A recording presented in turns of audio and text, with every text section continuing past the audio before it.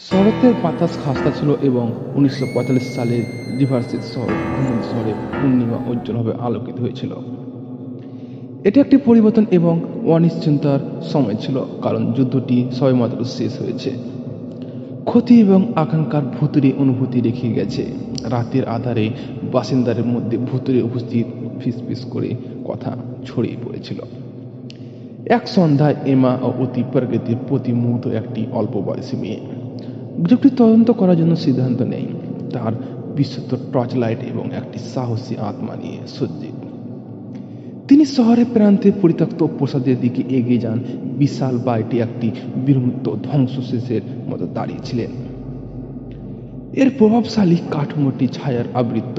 এমার হৃদয় তার বুকে ধাক্কা খেয়েছিল, কিন্তু সে ভয়কে গ্রাস করতে দিতে রাজি হয়নি। তিনি যখন ভয়ঙ্কর প্রাসাদে প্রবেশ করলেন, এমা অনুভব করতে পারলেন ইতিহাসের ভার তার উপর চাপা পড়ে। বাতাস একটি রহস্যময় শক্তির সাথে চার্জ করা বলে মনে হচ্ছে, যার ফলে তার চুল শেষ হয়ে গেছে।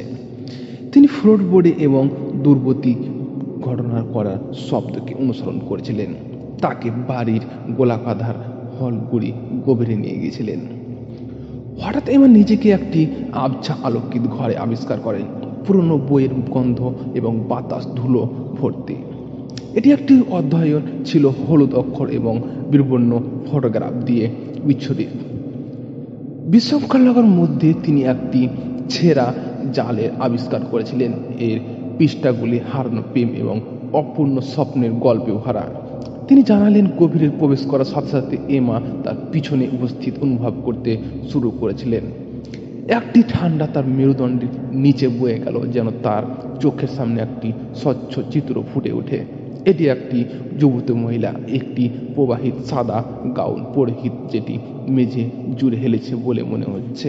প্রত্যেক ব্যক্তি নিজেকে ইভলিন হিসাবে পরিচয় করিয়ে দেয়, প্রাক্তন প্রাসাদের বাসিন্দা, যিনি যুদ্ধের সময় দুঃখজনকভাবে তার প্রেমিকা হারিয়েছিলেন। তিনি ব্যাখ্যা করেছিলেন যে তার আত্মা বাড়ির মধ্যে আটকা পড়েছিল, শান্তি খুঁজেও পায়নি। এমা ও ইভলিন গল্পের প্রতি সহানুভূতিশীল। তার হৃদয় ভেঙে যায় হারানো প্রেম এবং দুঃখের জন্য, যা প্রাসাদের দেওয়ালের মধ্যে থাকে।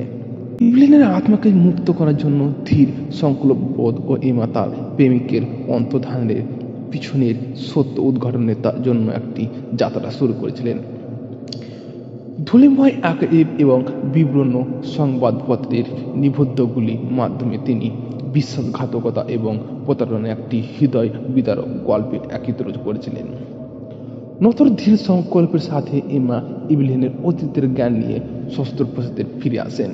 তিনি সত্যের সাথে ভৌতিক চিত্রের মুখোমুখি হন, অন্ধকার গোপনীয়তাগুলিকে প্রকাশ করে, যা তাকে এতদিন ধরে বাড়িতে আবদ্ধ করে রেখেছিলেন।